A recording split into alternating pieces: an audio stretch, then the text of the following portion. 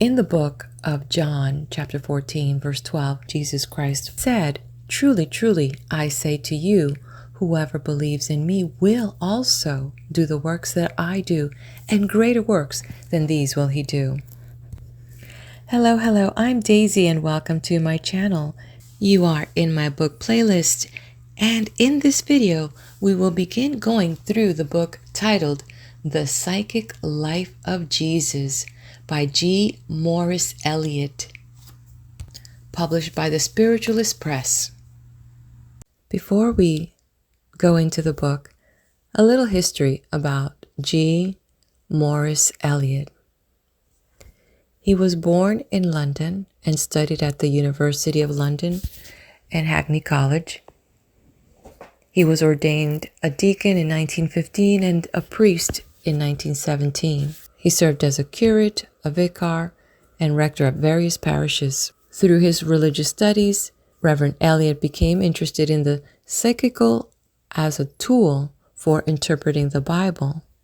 In his latter years, he served on the Commission of Divine Healing set up by the Archbishop of Canterbury and also published other books. Let's turn the page. The Psychic Life of Jesus. To all who seriously try to understand what they read. Preface. Jesus is reported to have said, "He that believeth on me, the works that I do shall he do also, and greater works than these shall he do," and that signs such as the healing of the sick would follow them that believed. Jesus healed the sick. It was one of his works. The church, while professing to believe in Jesus, does not heal the sick, does not do his works. But according to Jesus, if the church believed, the sick would be healed. He said so. The healing of the sick was to be a sign of belief.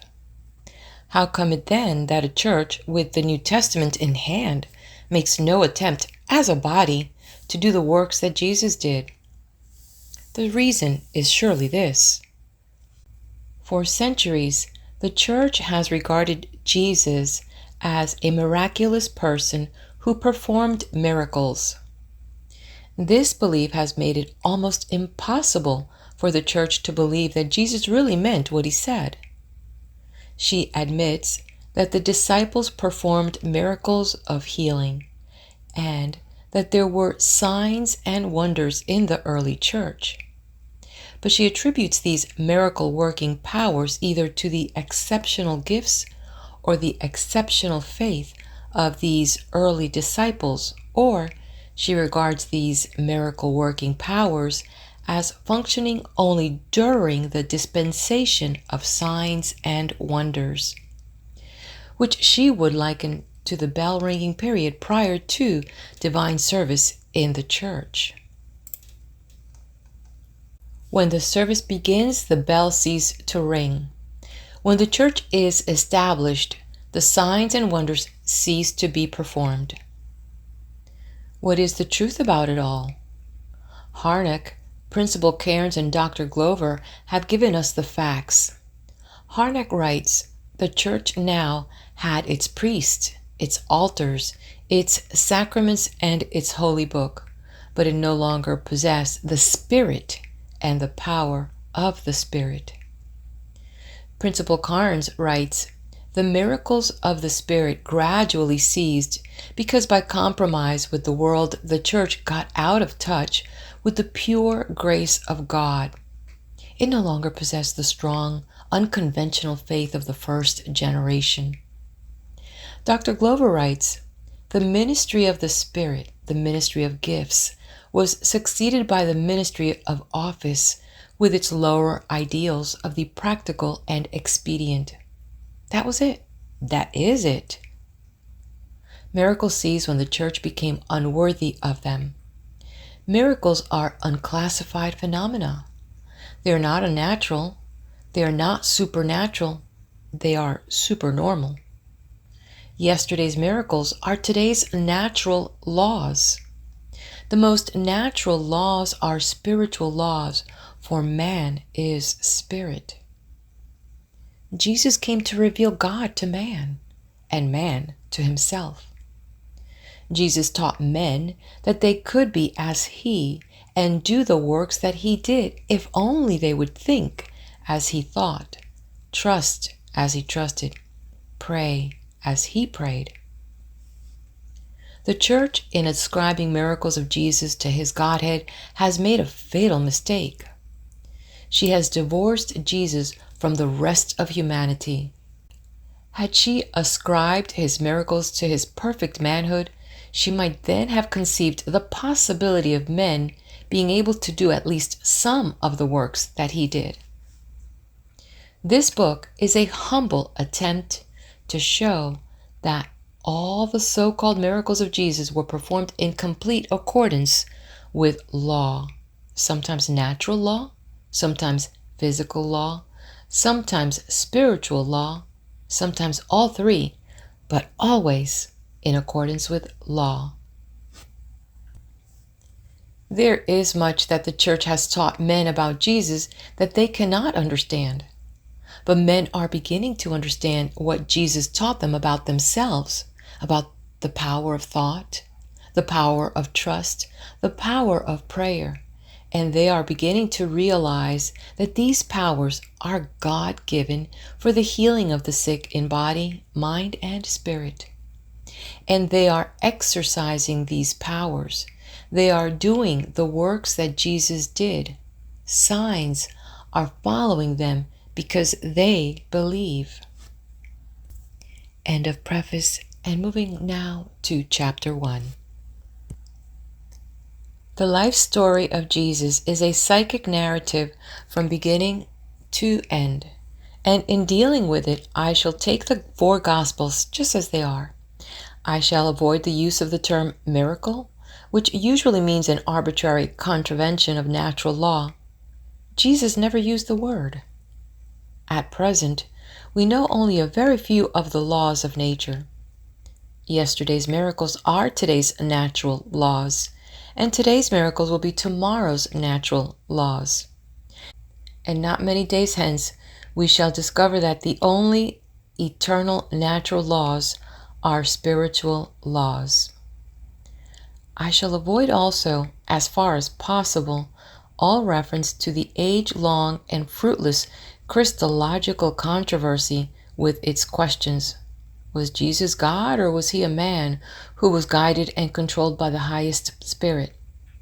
Did he have a virgin birth, or was he born in a natural way? Were his signs and wonders unique because due to the power of his Godhead, or were they natural to one so spiritual? And so on.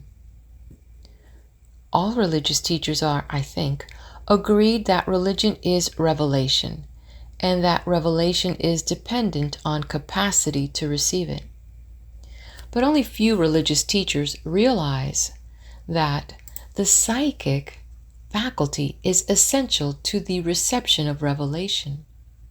Granted that the more spiritually minded the psychically gifted person is, the fuller and purer will be the revelation, yet there can be no revelation apart from the exercise of the psychic faculty.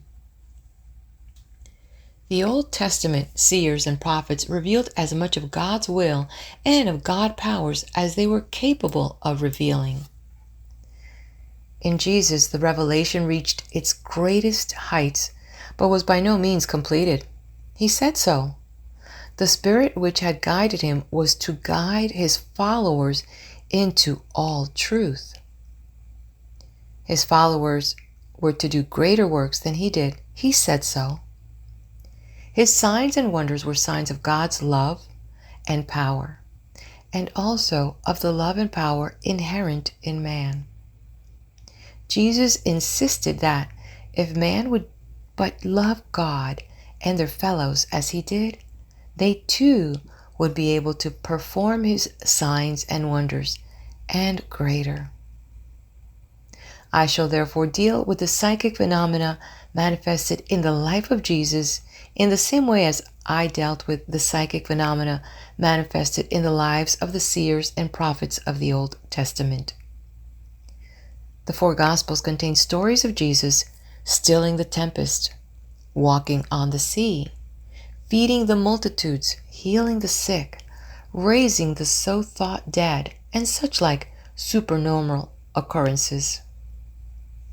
If these things occurred today, if a man stilled the tempest at Stornoway and walked at the Thames, the vast majority of men would be nearly struck dumb with amazement. But the people who witnessed the signs and wonders performed by Jesus have been brought up in the Old Testament atmosphere of them. They were familiar with clairvoyance, clairaudience, materialization, spirit writing. In a word, they were familiar with what today is called spiritualism. They knew that Abraham's spirit guide had materialized and conversed with him, and that two other spirit visitants had materialized sufficiently to partake of quite a hearty meal.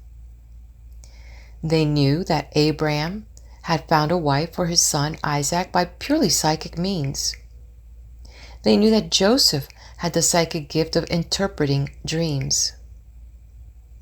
They knew that Moses' guide had spoken to him from a burning bush, and that, by purely psychic means, a rod in his hand had changed into a serpent and back again into a rod. They knew that the stories of the 10 plagues, the pillars of cloud and fire, the giving of the 10 commandments was purely psychic narratives. They knew that Israel's spirit guide had materialized on the mount in the presence of 74 persons. They knew that Urim and Thummim and the ark possessed mysterious psychic power. They knew that the tent of meeting was a sacred seance room. They knew that Moses had received from his guide all details relative to construction of the tabernacle, and that 2 psychically endowed men were chosen to superintend the building of it. They knew that Israel's spirit guide had promised that the people should never be without an appointed prophet, a medium in holy orders, and that Moses had said, "Would that all the Lord's people were prophets." They knew that in the wilderness the people's clothing did not wear out, but that the clothes grew with the children who wore them, as a shell grows with the snail. They knew that Balaam was a first-class professional medium possessing clairvoyant and clairaudient powers. They knew that Joshua had been told by his spirit guide how to cause the walls of Jericho to fall down. They knew that Samson's father and mother saw a materialized spirit who foretold the birth of their strong son. They knew that when Saul was in hiding, he had been found by purely psychic means, and that Samuel discovered Saul's successor by purely psychic means, and that throughout David's campaign against the Philistines, he was the constant recipient of spirit guidance. They knew about Elijah's spirit writing, which King Jehoram received some 4 years after Elijah's translation into the spirit world. They knew that Elijah raised the so-thought dead to life, dematerialized, and was translated. They knew that Elijah had, by purely psychic means, saved a poor widow from bankruptcy by enormously increasing her store of oil, had fed 100 men with a few loaves and vegetables. He had recovered an iron axe head from the river's bed, divined the secret plans of Israel's enemies, predicted a famine, discovered a murderer, and raised the so-thought dead to life. They knew about the spirit writing on the wall at Belshazzar's feast, of the 3 men in the midst of the fiery furnace, of the spirit visitant who was seen with them, and of Daniel unharmed by the lions in their den. Why am I saying all this? Because with this amazing psychic background to their thinking, the people ever look forward to the coming of an anointed chosen one who would have power over disease, disaster, premature death, poverty, pestilence, storm, and tempest. The people had read of their seers and prophets who had gained partial victory over these evils, and they were convinced that a day would come when the seemingly unchangeable nature of things would be changed, and the natural be overcome by the spiritual. They regarded all the ills of life as due to man's folly and sin. They believed that these ills ought not to exist. So they pictured a utopia, a messianic order in which they would not exist. Their Messiah would bring spiritual power to bear upon natural power, spiritual law to supersede natural law. And they must prepare themselves by repentance for his coming. That was what the pious Jews thought at the time of Jesus, and Jesus knew they thought so. He thought so too and acted upon it.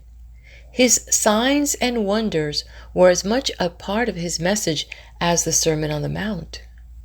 He aimed at destroying every form of evil, and we make a great mistake in regarding sin as the only evil to which the flesh of man is heir. Sin is indeed a giant ill, but poverty, pestilence, disease, premature death, storms, and tempests are also ills. And if sin, as man understands the word, were destroyed while these other ills remained, we should be miserable. Jesus overcame sin and these other ills as well, and he meant us to do so too. He was not a moral teacher only, he was also a psychic demonstrator. The winds and the waves yielded to his psychic power. Spirits materialized in his presence. These were among the works he did, and he calmly told his followers that they could do such works and greater if only they would believe. End of chapter 1. Turning the page to chapter 2. At the age of 12, the boy Jesus said to his parents, "Wist ye not that I must be in my Father's house?" There was a superlatively important psychic background to the surprising utterance, and we had better take a good look at it. The boy attended the school which was attached to the synagogue. It was called the House of the Book. His parents could not afford to send him to college, and we can well imagine that the old rabbi at the country school was often completely baffled by the questions asked by this extraordinarily religious boy. The boy would just live for the day when he could go to Jerusalem and put his questions to the great teachers there, Rabbi Hillel and Shammai and Gamaliel, who afterwards taught the Apostle Paul. Up to the age of 10, the Hebrew Bible formed his only school book, and during his latter boyhood, it is probable that the only books he had access to were the books of the Old Testament. His mind thus became saturated with Scripture, and religion was, to him, the most vital thing in life. When he was 12 years of age, he went to the Temple of Jerusalem and listened to the great teachers and asked them questions. These rabbis were astonished at his intelligence and wondered at his understanding and answer to their questions. A Jewish boy of 12 had a certain status. He assumed some measure of responsibility and was, to a certain extent, released from entire dependence on his parents. And it is only natural to assume that then, if not before, his parents would have told him why they had given him the name Jesus, and about the angel that came to his mother at the time of his birth, telling her of his high calling, and of the angel that appeared to Joseph. The boy would thus know that his father and mother possessed psychic gifts and had been in closest touch with the spirit world. I suggest, therefore, that when, at the age of 12, the boy went to Jerusalem, he was conscious of a higher calling than any of his boy companions. This consciousness had been psychologically mediated by what his parents had told him of the revelation they received at the time of his birth. The thoughts of a boy are often long and deep, and the thoughts of such a boy would be longer and deeper. We may be quite sure that the questions he asked the rabbis, which so astonished them, had nothing to do with the foolish subtleties and ridiculous trivialities in which the scribes delighted. What kind of questions would this boy have asked? Surely such as these. Why are there no prophets today? Why have miracles ceased? Why are angels so seldom seen and heard and spoken to today? And why, when there has been no prophet for 500 years, are we all on tiptoe of expectation of the Messiah? These questions were so vital to the boy, so absorbing and compelling, that he could think of nothing else. For the time being, he lost all sense of time. The natural anxiety of his parents was forgotten, and the authority which they claimed was forgotten too. Meanwhile, his parents sought him sorrowing, and, strange to say, they sought him everywhere except in the temple. There at last they found him, and they were very vexed with him for causing them so much anxiety. How is it that ye sought me? Wist ye not that I must be in my Father's house?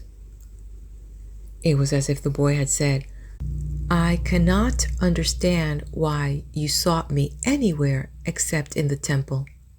Where else did you expect to find me? Think of all that you have told me about yourselves and myself, about the 2 angels which appeared at the time of my birth, and why you gave me the name Jesus. And Mother told me of her visit to her cousin Elizabeth, to whose husband an angel appeared just as he did to Mother.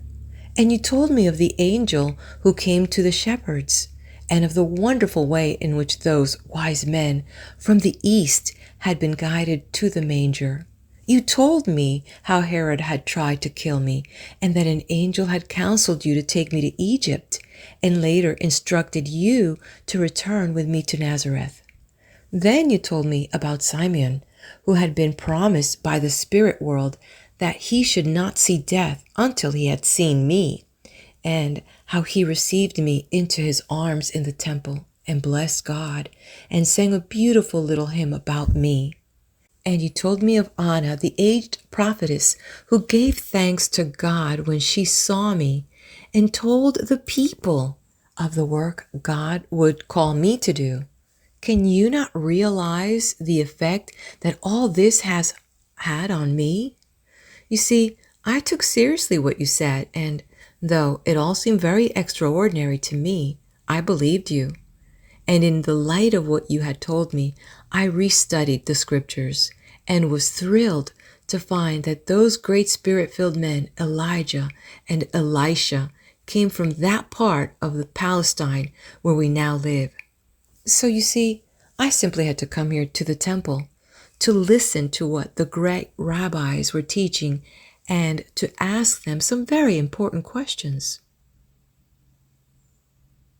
It is, of course, more than probable that the rabbis failed to satisfy the inquiring mind of this inspired boy, and that their failure, as well as the failure of his parents to understand his action, drove him to lonely musings on his high calling, duty, and destiny. Let no one underestimate the capacity for deep thought in the mind of a boy of 12, and especially of such a boy. The psychic experiences of his parents must have made real to him the innumerable psychic experiences recorded in the Old Testament. The religion of this boy of 12 was an utterly vital and practical thing, far more so to him than to his parents. How he would have loved to have stayed with those great rabbis of Jerusalem and astonished them still further with his questions, and to have gone about his father's business in his father's house. But he was only 12, and he had had to learn that, for the present, obedience to his parents and engaging in common tasks of daily life, and musing in loneliness constituted for him his father's business. So he returned with his parents to Nazareth and grew to manhood unnoticed and unknown. When he was 30 years of age, an event happened which drew Jesus from Nazareth and launched him upon his life work. His second cousin, John, had become a great medium. The spirit world had told him that he was to be the forerunner of the Christ, for whose coming he was to prepare the people. So John preached the baptism of repentance, and multitudes were baptized by him. His spirit guide had told him that Jesus would present himself for baptism, and that a sign from heaven would cause John to recognize him. While John was standing in the water baptizing the people, he beheld the Spirit descending as a dove out of heaven and resting upon one of them. That one was Jesus. And from that moment, the Spirit of God possessed Jesus, and he was endowed with extraordinary psychic power. The satanic agencies immediately tried to deflect him from the straight course. During 40 days, they tempted him to use his psychic gifts for his own pleasure and self-aggrandizement, but without success. A week later, Jesus went to a village wedding, and at the feast which followed, the wine ran short. It was here that Jesus performed his first wonder, or sign, by turning water into wine. He had refused to turn stones into bread to relieve his own hunger, but when it was a matter of relieving the anxiety of poor peasant folk whose marriage supper was being spoiled, he delighted in turning water into wine. He was the most human being that ever lived. Now, if the question be asked, can any reasoning man accept as historic fact such a story? I answer, not unless he is acquainted with the facts of psychic science. A spiritualist has no difficulty in believing in the signs and wonders of Jesus, for he knows that equally amazing phenomena are occurring today in London and throughout the world.